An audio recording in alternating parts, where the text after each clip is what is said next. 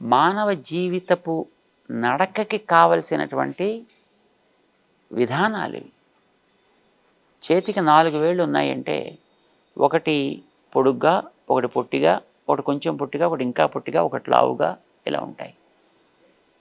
ఇవి వివక్షతోటి పక్షపాతంతో పెట్టినవి కాదు. పని జరగడానికి కావాల్సిన సౌకర్యం కోసం ఉన్నవి. సమాజం అనేటటువంటిది ఒక పెద్ద వ్యవస్థ అయితే ఇందులో వర్ణాలు బ్రాహ్మణ, క్షత్రియ, వైశ్య, శూద్ర ఇవన్నీ సమాజపు నడకలో అవసరమైన. శుద్రుడే ఎక్కువగా ఎందుకు హింసింపబడ్డాడు, కుల వివక్షకి గురయ్యాడు? ఎవడు వివక్ష గురి కాలేదు ఇప్పుడు. ఇప్పుడు మన వాళ్ళు చరిత్రలో వివక్షకి గురి చేస్తూ రాశారు, వాళ్ళు వివక్ష గురి కాల. ఓకే, ఆయా వర్గాల వివక్ష గురి కాల.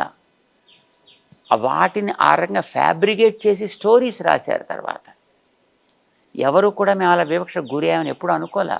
ఓకే, ఇప్పుడు రాముడి పాలనలో ఇన్ని కులాలు ఉన్నాయి, ఇన్ని వర్ణాలు ఉన్నాయి, కానీ వాళ్ళు ఎప్పుడు ఎవరు కూడా దుఃఖపడలా. రాముడి కాలంలో రిజర్వేషన్స్ ఉండేవా గురుగారు? రిజర్వేషన్స్ అనేది అసలు ఎప్పుడూ లేదు.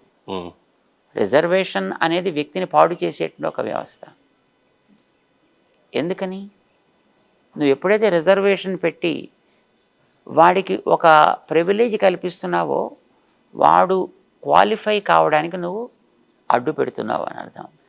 ఇప్పుడు నీకు 100 మార్కులకి పాస్ కావాల్సిన వాడిని నీకు 20 మార్కులకే పాస్ చేస్తా అంటే నువ్వేం చేస్తున్నట్టు వాడిని, నీలో 20 దాటికి ఎక్కువ యోగ్యత నీకు వద్దు, అంతే కదా. అంటే వాడి యొక్క యోగ్యతని మనం అణిచినట్టే కదా. కరెక్ట్. సో దీన్ని ఎప్పుడు మన సమాజం అంగీకరించాలి. ప్రతి వ్యక్తిలోనూ కూడా యోగ్యతని పెంచే ప్రయత్నమే చేసి అక్కడ వాడి వ్యక్తి యొక్క పుట్టుకకి ప్రాధాన్యం ఇవ్వాలి, వాడుకు ఉండేటువంటి జిజ్ఞాసకి ప్రాధాన్యాన్ని ఇచ్చి. జిజ్ఞాసలో కనుక వాడు గొప్పవాడైతే వాడు హరిజనుడు అని ఈవేళ మనం అనుకునేటటువంటి కులంలో ఉన్న వాడికి కూడా పూజార్హతనిచ్చింది. మన వైష్ణవ సంప్రదాయం మాది.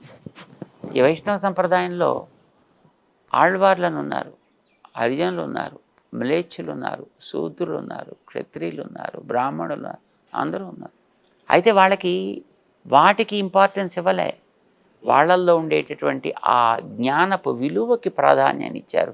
వాళ్ళందరినీ కూడా చక్కగా ఆరాధన చేస్తారు, భగవంతుడి కంటే వాళ్ళకి ప్రాధాన్యాన్ని ఇస్తారు. ప్రధానంగా మీరు కుల వివక్ష కానీ కులం గురించి వచ్చినప్పుడు దాన్ని తిరస్కరిస్తూనే ఉంటారు. మనుషులంతా ఒకటిగానే భావించి చెప్తా ఉంటారు అనేక ప్రసంగాలు. Know that is wrong.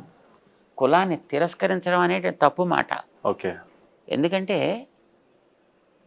ఒకడికి కార్పెంటరీలో నైపుణ్యం ఉంటుంది, ఒకడికి ఫోటోగ్రఫీలో నైపుణ్యం ఉంటుంది, ఒకడికి వంట చేయడంలో నైపుణ్యం ఉంటుంది. ఈ నైపుణ్యాలన్నీ పనికిరావు, తీసేయండి. ఏదో ఫోటోగ్రఫీ చేసే నైపుణ్యం ఉండేవాడిని తీసుకెళ్ళి వంటలో పెట్టండి, వంట చేసేవాడిని తీసుకెళ్ళి అది ఇంకో అగ్రికల్చర్లో పెట్టండి అన్నారనుకోండి, you are spoiling the structure, isn't it? ఏది చేసే నైపుణ్యం ఉన్న వాడిలో దాన్ని పెంచాలి. చాలా గొప్పగా చెప్పారు. దానిని సవ్యంగా ఉండేట్టు చేయాలి, దుర్వినియోగం కాకుండా చేయాలి. దాంట్లో ఉండేటువంటి మెళుకువలు బాగా జాగ్రత్తగా నేర్వగలిగేట్టుగా వాడిని నేర్పించాలి. దట్ ఈజ్ కుల వ్యవస్థ. ఇది కుల వ్యవస్థ తప్పు అంటాం అప్పుడు దాన్ని? లేదు అన్ని సమానం అంటామా? కానీ గురుగారు రోజు రోజుకి చూసినట్లయితే కులాన్ని బట్టి రాజకీయపు వ్యవస్థ వల్ల ఇది దుర్వినియోగం అవుతుంది. కరెక్ట్ గురుగారు. రాజకీయాలు కూడా కులాన్ని బట్టి వాళ్ళ నాయకుడిని బట్టి ఎంచుకోవడం జరుగుతా ఉంది. నాయకుల యొక్క స్వార్థ ప్రయోజనాల కోసమని ఇవి సమాజంలో చెడ్డదారి పట్టాయి.